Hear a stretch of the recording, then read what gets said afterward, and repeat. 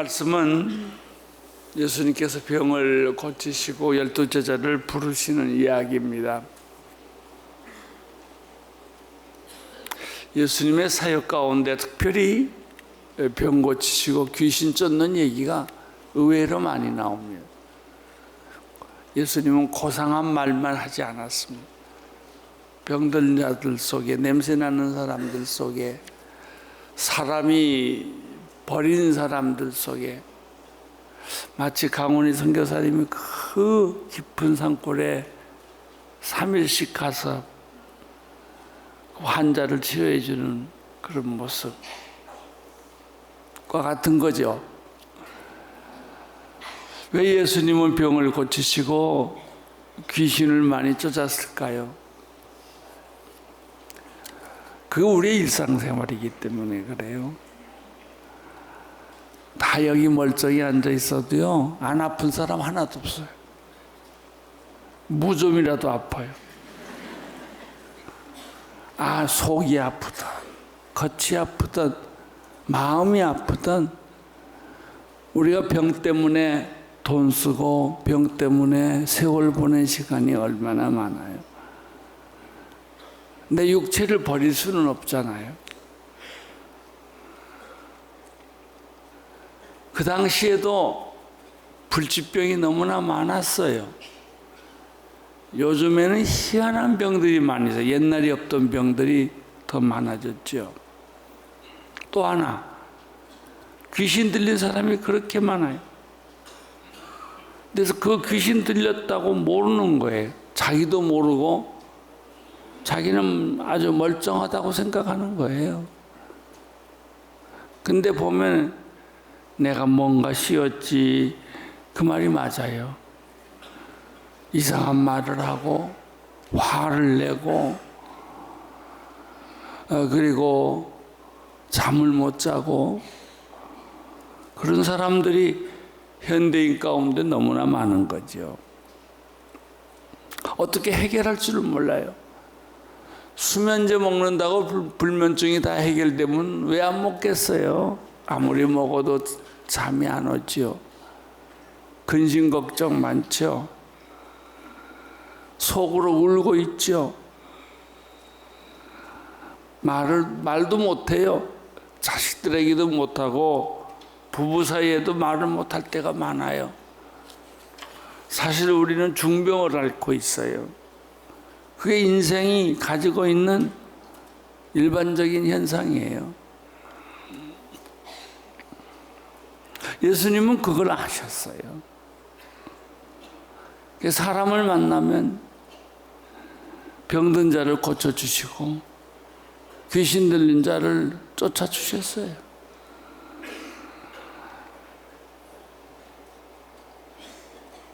일절을 보겠습니다. 시작. 예수께서 다시 회당으로 들어가셨는데 그곳에 한쪽 손이 어그러든 사람이 있었습니다. 회당에서 예수님은 말씀을 가르치러 갔지만 예수님이 만난 사람은 손이 오그라든 사람이었어요. 왜 그랬을까 몰라요. 어떤 사람은 다리가 저는 사람도 있어요. 어떤 사람은 손이 오그라져서 펴지지가 않는 거예요. 그 인생이 얼마나 불편할까. 네 부이치치가 두 팔이 없고 두 다리가 없이 살아왔잖아요. 자살을 몇 번 시도했어요. 목사 아들이에요. 그러나 어느 날 그가 예수를 만났어요. 그리고 희망이 생겼어요. 네 부이치치가 제일 잘하는 게 뭐냐면요, 중고등부 학생들한테 가서 얘기하면 자살하려던 애들이 눈물을 흘리고 네 부이치치 가슴에 안고 운대요. 그리고 다시 살아난대요.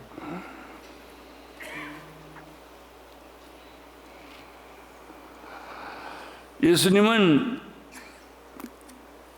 그 손을 오그라든 사람을 회당에서 만났어요.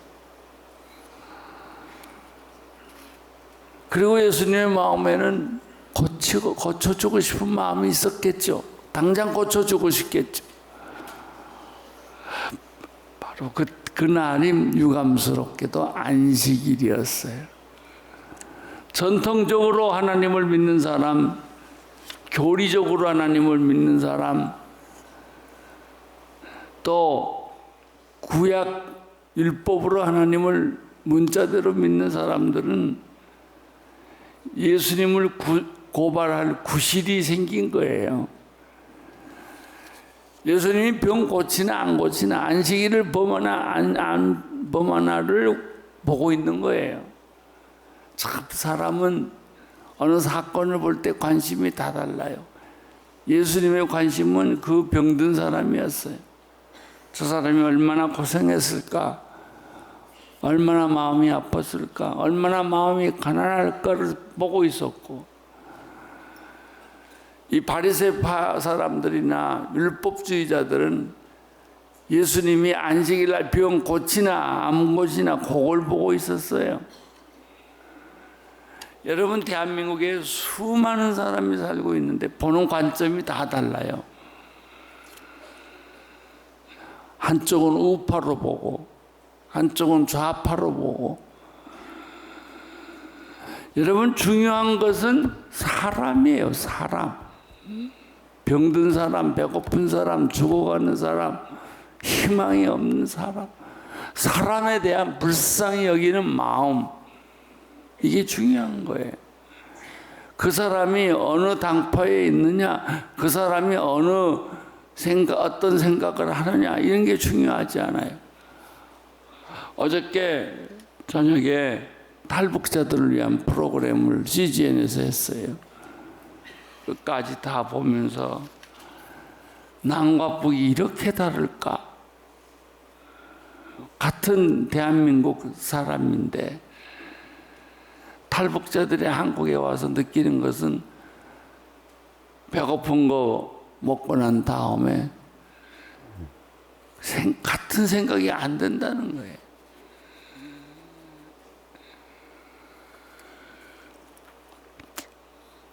어느 한동대학 다니는 탈북자는 밥 먹으러 자동차를 가면 제일 먼저 생각나는 게 기름값이 아까운데 이 돈 가지면은 밥 먹는 사람 밥 사줄 수 있는데 이 생각부터 난다는 거예요. 남한 사람들이 돈을 함부로 막 쓰고 아끼지 않는 걸 보면 막 열불이 나는데 그렇게 차이가 있어요. 우리는 돈을 아끼거나 저축하는 마음이 없어요. 왜? 고생을 안 했기 때문에. 남북만 있지 우리들의 마음은 천리말리 멀어져 있어요.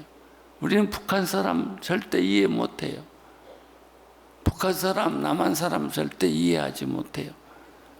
그리고 우리가 부르는 노래는 통일이에요.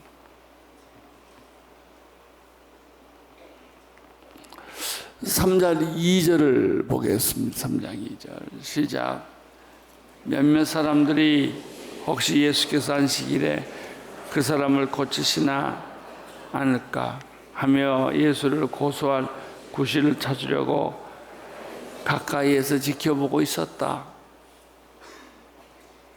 분명히 이 사람들은 손 오그라진 사람의 얼굴 표정은 안 봤을 거예요. 예수님은 사람들의 마음을 읽었어요. 그리고 손이 오그라진 사람들을 향하여 이렇게 말했습니다. 일어나 앞으로 나오시오. 본인도 주변에서 예수를 비평하려는 사람들도 다 놀랬겠죠. 예수님은 이 병든 자를 고쳐줌과 동시에 사람들의 위선의 옷을 벗기기를 원했어요. 여러분, 우리가 왜 잘못 보는지 아세요? 잘못 생각하고 위선의 옷을 입고 있어서 그래요. 지식이라든지 전통이라든지 위선이라든지, 이게 사람들이 제일 싫어하는 게요, 부끄러움이에요. 나를 어떻게 볼까? 사람들이 나를 뭐라고 말할까? 이런 거죠. 내 중심에 진실은 감추어져 있어요. 4절을 보세요. 시작. 그리고 예수께서 그들에게 물으셨습니다. 안식일에 무슨 일을 하는 것이 옳겠느냐? 선한 일이냐? 악한 일이냐? 생명을 구하는 것이냐? 죽이는 것이냐? 그러자 그들은 말없이 잠잠게 있었다. 예수님은 질문했어요. 안식일이 뭐냐? 무슨 뜻이냐? 선한 일을 하는 게 안식일이냐? 악한 일을 하는 게 안식일이냐? 사람을 구하는 것이 안식일이냐? 사람을 죽이는 것이 안식일이냐? 의외의 질문이에요. 사람들은 침묵했어요. 5절 보세요. 시작. 예수께서 노하셔서 그들을 들러보시고 그들의 마음이 완악한 것을 마음 깊이 슬퍼하시며 그 사람에게 말씀하셨습니다. 손을 펴보아라. 그가 손을 쭉 내밀자 그 손이 완전히 회복되었습니다. 이런 사람들의 모습, 위선의 껍질을 뒤집어 쓰고 잘난 척하는 사람들, 속에는 불의가 가득 차면서 말은 정의롭게 하는 사람들. 말 많은 사람은 조심해야 돼. 소리 지르는 사람들, 불의하다고 말하는 사람, 자기는 더 불의해요. 위선이에요. 목사나 교인들만 위선을 떠는 게 아니고요. 모든 인간은 위선의 껍질을 뒤집어 쓰고 있어요.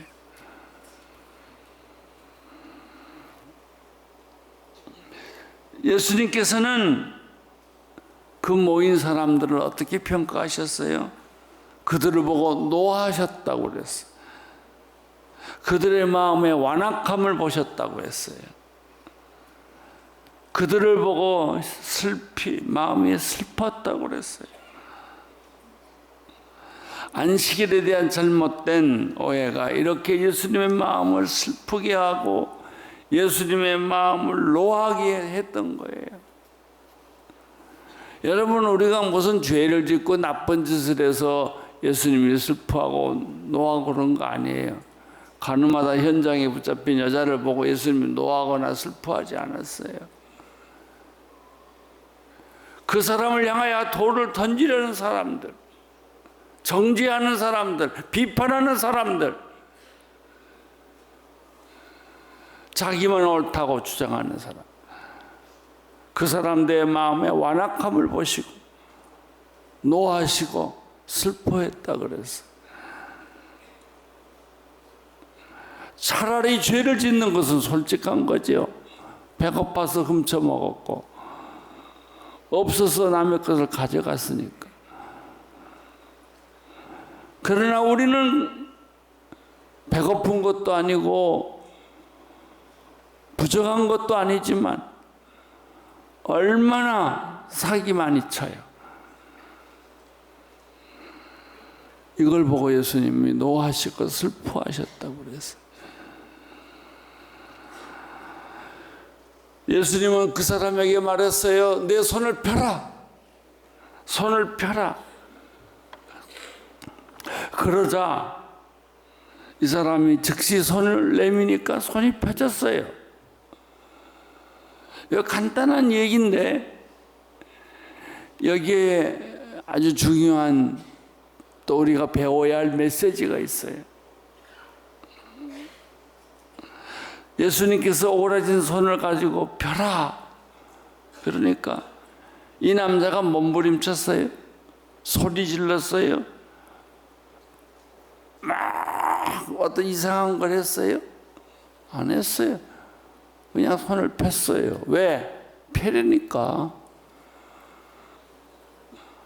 그것이 믿음이에요. 믿음은 이렇게 단순한 거예요. 의심하고 회의하고 생각해보는 게 아니에요. 우리들의 문제는 뭐냐면 하나님은 왜 이렇게 덜 떨어지게 믿냐면 의심이 많아서, 내 생각이 많아서, 그래서 안 되는 거예요. 그냥 손 펴라면 펴고 앉으라면 앉고 일어서라면 일어서면 되는 거예요.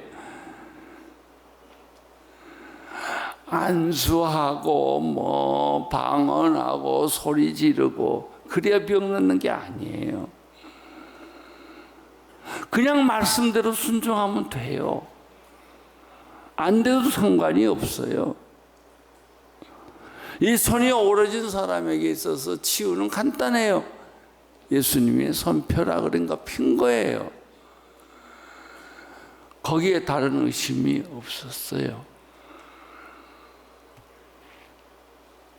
어린아이 같이 한 거예요. 우리 애들 가르치면 짝짝꿍 짝짝꿍 하면 애들이 그대로 따라 하잖아요. 짝짝꿍 하는데 이러진 않잖아요.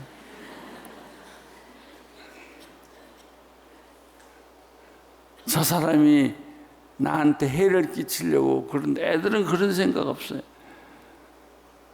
높이 책상에 올라가는 애한테 뛰어내려. 만약에 그 아이가 내가 뛰어내려는데 저 엄마가 싹 옆으로 피하면 나는 어떻게 되나? 그런 생각 안 해요. 아무 무서움도 두려움 없이 뛰어내려요. 엄마 품에. 그게 어린아이예요. 우리의 믿음이 너무 스포일돼 있어요. 우리의 믿음이 너무나 생각이 많아요.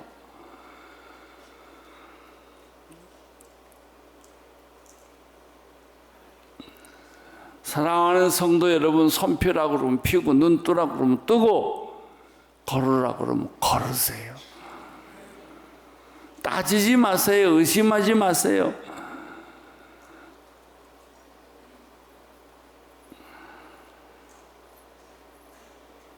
마음이 복잡한 바리새인이나 율법학자들은 자신의 굴레를 벗어나지 못하고 그 사고방식을 바꾸지 않았습니다. 저는 어저께 투석하면서 한 분이 나를 찾아왔어요. 아주 존경받는 연예계에 계시는 분인데 제가 오랫동안 전도하려고 그렇게 애를 썼어요. 안 돼요. 믿을 듯 하면서 안 믿고 은혜 받을 듯 하면 도망가고 그리고 몇 개월 동안 서로 못 만났어요. 미국으로 가셔서. 근데 그분도 치료받으러 병원에 왔다가 내가 있다는 말을 듣고 그냥 뛰어왔어요. 오자마자 그냥 눈물을 펑펑 쏟는 거예요. 내가 너무 놀랐어요. 저는 아직도 그 사람의 생각으로 꽉 차 있어요. 자기의 현실을 생각하면 통곡하고 싶을 만큼 눈물이 있어요. 그런데 그분이 예수님을 만났어요. 성령 체험했어요. 그 입술에는 찬송이 계속 나와요. 입만 열면 전도하고 싶어요. 목사님, 내가 미쳤나 봐요. 울다 웃다 그러고 있는 자기의 모습. 그 얼굴은 옛날 얼굴이 아니었어요. 옛날 사람이 아니었어요. 진짜 성령 충만한 얼굴이었어요. 내 방까지 따라왔어요. 그리고 예수님에 관한 얘기를 하시는 거예요. 내가 그때 깨달은 게 있어요. 내가 20대 때 성령 받을 때 모습하고 똑같아요. 정상적인 사람들 이해 못해요. 성령 충만이 이런 거구나. 나이와 상관없구나. 시대와 상관이 없구나. 어떻게 그렇게 맹목적으로 아무 감동이 없이 예수 믿고 살 수가 있을까? 예수 만난 사람들은요, 성경에 나오는 인물들하고 똑같아요. 손이 오그라진 사람이 펴졌을 때 그 사람이 무슨 느낌을 가졌을까? 목마른 여인이 무슨 느낌을 가졌을까? 봉사가 눈 뜰 때 그 사람의 생각이 얼마나 변했을까? 인생을 다시 살고 싶은 그런 새로운 의욕이 생겼을까? 눈은 반짝거리고. 나이와 상관없어요. 당신의 삶의 경력과는 아무 상관이 없어요. 예수 믿으면 들뜬 흥분된 사람이 내가 예수를 만났다. 그분이 주시는 기쁨, 그분이 주시는 찬송, 그분이 주시는 기도. 아무 때고 아무 데서나 기도해요.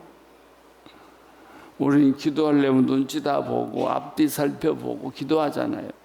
그건 성령 충만 아니에요. 그건 여러분이 이성으로 믿는 거예요. 습관으로 믿는 거예요. 진짜 성령님이 임하면 내가 가졌던 기존 개념, 기존 생각, 기존 가치관이 다 바뀌는 거예요. 일대 대혼란이 일어나는 거예요. 그래서 거지에게도 돈을 주고, 내가 또 그런 얘기를 들어서 우리 교회 목사님 가운데 하나 겨울에 내복을 입고 외투를 입고 나갔는데 하나님이 옆에 가난한 사람 보고 그 털옷을 벗어서 그 사람에게 주라 그러시다. 그래서 이 말을 들으려야 되나 안 들어야 되나? 날은 이렇게 추운데 옷을 얼른 벗어가지고 그 사람한테 주고 자기는 뛰어대는 거예요. 그래요. 예수 만나면 그런 데니까요. 옛날에 이화대학에 덴만 박사라는 분이 오셨는데 사람들이 오면 그 사람에게 옷을 자꾸 사줬어요.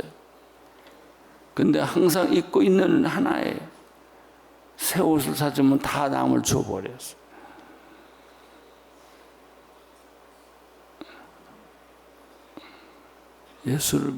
예수 만나면 그런 데니까요.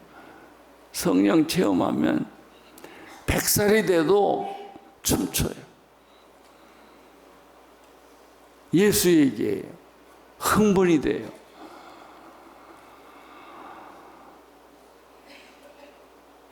내가 화장했는지 안 했는지 몰라요.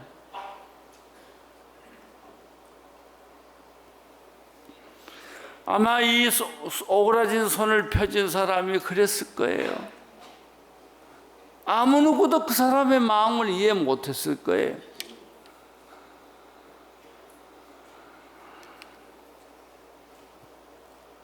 육 절 보십시오. 시작. 그러자 바리새파 사람들은 그 길로 나가 헤롯 당원들과 함께 어떻게 하면 예수를 죽일까 음모를 꾸미기 시작했습니다. 자신의 자존심과 관점을 바꾸지 않으면 진리를 죽이고 예수도 죽이는 거예요. 서서히 죽이는 거예요. 나는 여러분 마음속에 오늘 성령님이 충만하기를 바랍니다. 예수님이 충만하기를 바랍니다.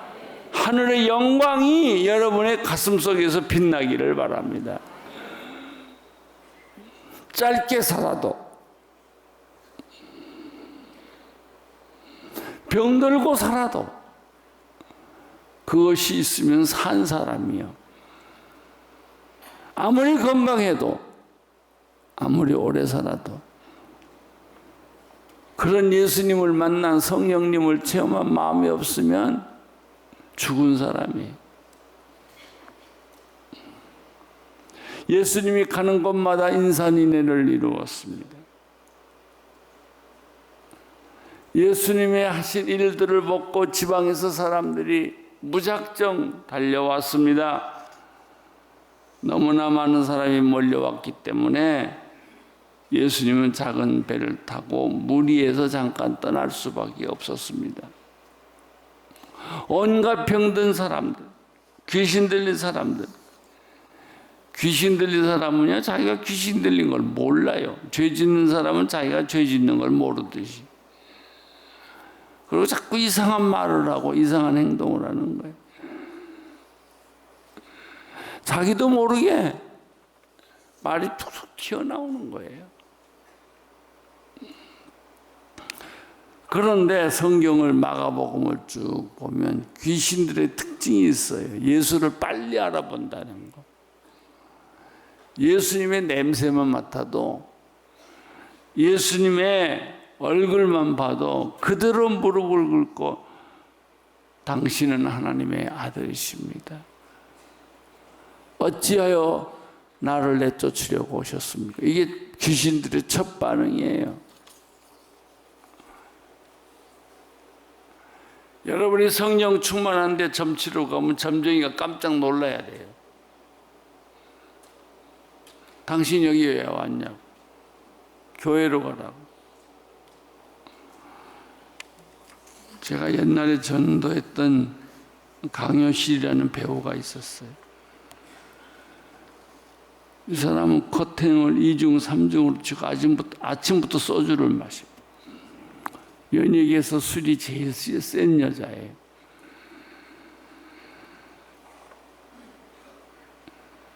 목욕탕을 갔어요. 목욕을 하는데 어느 한 여자가 이렇게 강사 선생님을 보더니, 선생님 곧 신이 내리겠네요. 무슨 신? 나같이 점칠 거예요. 그러니까 이 여자가 화다닥 놀랐어요. 이렇게 사는 것도 인생이 억울한데 내가 점상 보고 있다니 생각만 해도 끔찍한 거예요. 어떻게 하면 그 신이 안 내리냐? 교회 가라고. 당신은 교회 가야 산다고. 그래서 모욕을 못하고 후닥닥 옷을 입고 자기 후배를 찾아가서, 야, 교회 가자. 그렇게 전도해도 말 안 듣던 사람이 교회 가자. 그래서 낮에 나를 찾아왔어요. 그리고 대성통곡하기 시작했어요.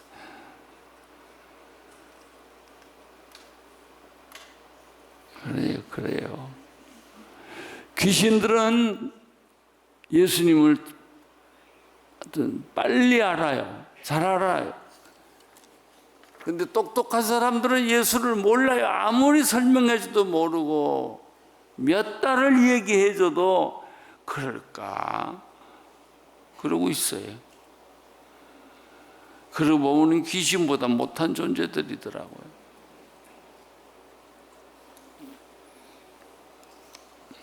사람들은 예수를 죽이려고 음모를 꾸미기 시작했습니다. 7절부터 12절까지 시작. 예수께서 제자들을 데리고 숟가락 물러가시자 갈릴리의 많은 사람들이 예수를 따라왔습니다. 예수께서 행하신 일을 다 듣고 유대, 예루살렘, 이두메, 요단강 건너편 두로와 시돈 지방에서 많은 사람들이 몰려왔습니다. 사람들이 너무 많아서 예수께서 제자들에게 작은 배 하나를 마련하라고 말씀하셨습니다. 무리가 자기에게 몰려드는 것을 막으려는 것이었습니다. 예수께서 전에 많은 사람들을 고쳐주셨기 때문에 온갖 병에 걸린 사람들이 예수를 만지기 위해 밀려들었던 것입니다. 더러운 귀신들은 예수를 보기만 하면 그 앞에 엎드려 당신은 하나님의 아들이십니다라고 소리쳤습니다. 그러나 예수께서는 자기가 누구인지 말하지 말라고 엄하게 꾸짖었습니다. 병 고쳐주고 가서 사람들한테 이야기하지 말라. 왜냐하면 이 결과가 올 줄 알았기 때문에. 사람들이 각 곳에서 무더기로 찾아오면 예수님은 자기가 할 일을 못해요. 자기가 할 일은 병 고치는 일만이 아니라 말씀을 전하고 복음을 전하는 일이 예수님의 사명인데 그 일을 못하고 병 고치는 일만 하게 됐단 말이에요. 40일 금식 기도하고 산에서 내려와서 신유의 은사를 맡은 권사님을 내가 한번 만났어요. 그래서 이제 뭐 이런 얘기 저런 얘기 하는데 절 보고 그래요. 목사님, 신유 은사 받은 게 얼마나 피곤한 줄 아세요? 왜요? 병 고치고 싶을 때만 병 고치고 병 고치기 싫으면 안 고치는 거는 은사가 아니에요. 낮이건 밤이건 아픈 사람이 찾아오면 꼭 안수해야 돼요.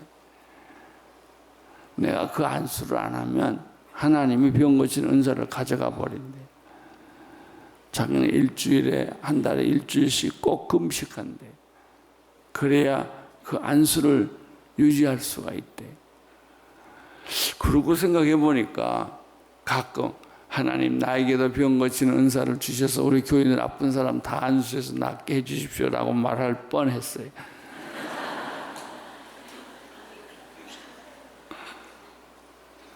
은사란 자기가 하고 싶은 데서 하고 하기 싫으면 안 하는 것은 은사 아니에요. 내가 원하건 원하지 않건 하는 거예요.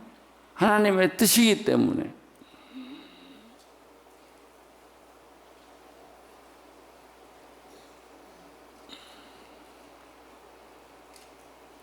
예수님은 그럼에도 불구하고 인기에 연연하지 않았어요. 사람이 인기에 연연하지 않을 수 있는 것 굉장한 사람입니다. 여러분 아무리 좋은 사람이라도 여러분 비판하면 싫어하고 여러분을 칭찬하면 좋아하잖아요. 그리고 자기를 칭찬하는 사람 말만 듣지 비판하는 사람 말을 안 듣잖아요. 예수님은 사람들을 피해서 제자들을 따로 불러 선택했어요. 12제자를 왜 예수님이 선택하셨는가? 이것이 온 인류를 구원하는 방법이기 때문에. 예수님이 혼자 어떻게 다 하세요? 못해요. 제자 삼아서 그들로 하여금 작은 예수를 만든 거예요. 그들로 하여금 예수님의 일을 위탁을 한 거예요. 그래서 예수님의 제자들이 제일 잘하는 게 뭐냐면 두 가지예요. 귀신 쫓고 병 고치고 전도하는 거예요. 이게 제자 훈련의 어떤 면에서는 핵심이에요. 13절부터 19절까지 읽겠어요. 시작. 예수께서 산으로 올라가셔서 원하는 사람들을 불러 모으셨습니다. 그러자 그들이 예수께서 나왔습니다. 예수께서는 10명을 따로 뽑아 이들을 사도라 부르시고 자기와 함께 있게 하셨습니다. 그리고 그들을 보내보셔서 전도도 하게 하시며 그들에게 귀신을 쫓는 권세도 주셨습니다. 예수께서 세우신 12사람들은 베드로라 지어준 시몬, 우레의 아들 야곱, 보아내게 라는 이름을 준 세베대의 아들 야고보와 그 동생 요한, 안드레, 빌립, 바돌로메, 마테, 도마, 알페의 아들 야고보, 다도의 열심당원과 시몬, 예수를 배반하여 가른 유다까지. 오늘 여기에 수천 명이 앉아 있어요. 수천 명을 다 제자로 삼았을까요? 예. 그 중에서 하나님을 위해서 목숨을 바칠 사람을 찾았을 거예요. 가룟 유다는 자살했죠. 사도 요한은 밤모섬에서 90 몇 살 때까지 살았어요. 나머지 10명은 다 살해를 당했어요. 성전 꼭대기에서 밀어내리거나, 안드레는 안드레 십자가로 X자로 죽었어요.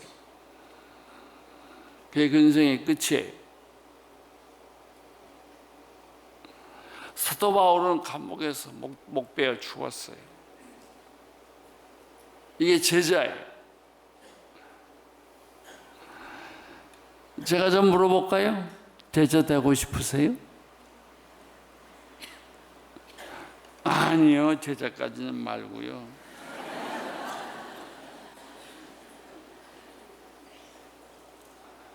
그러나 예수님은 그 12제자를 통해서 세상을 변화시켰다는 거예요.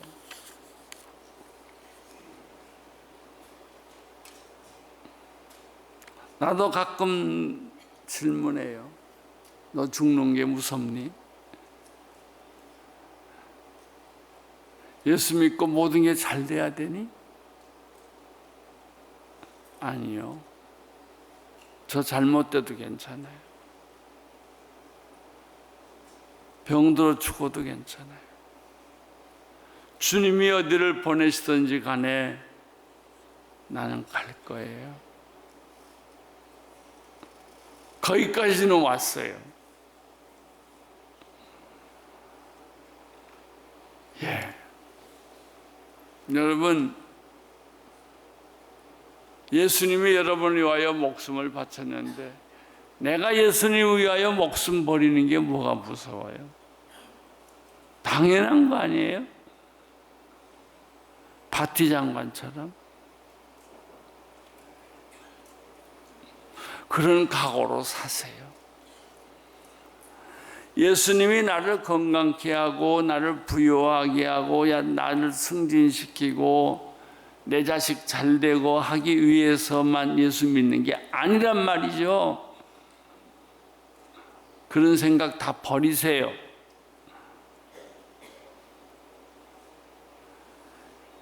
내가 예수님을 위해서 삶을 포기하는 거예요.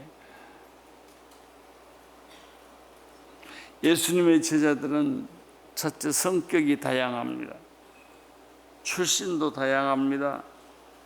인성도 다양합니다. 지식도 다양합니다.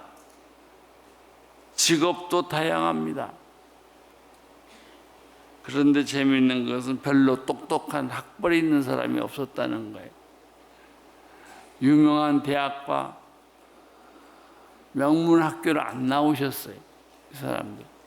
그때는 명문학교가 없었겠죠. 그러나 이 사람에게서 발견되는 공통점은 충성스러운 사람이었다는 거예요. 헌신적이고 진실한 사람이었다는 거예요. 예수님이 선택한 사람 가운데는 가룟 유다도 있었습니다.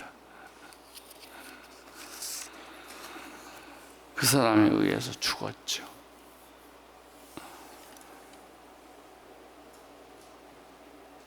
이 세상을 어떻게 변화시켰나?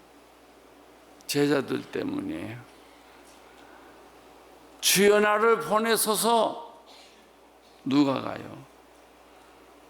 제자들이 가는 거예요. 내가 가는 거예요. 이것저것 생각하면 못 가죠. 내 건강이 이런데, 내 아직 자식들 졸업도 못 시키고 결혼도 못 시켰는데 뭐 이런 거 생각하면 한 발자국도 못 움직여요.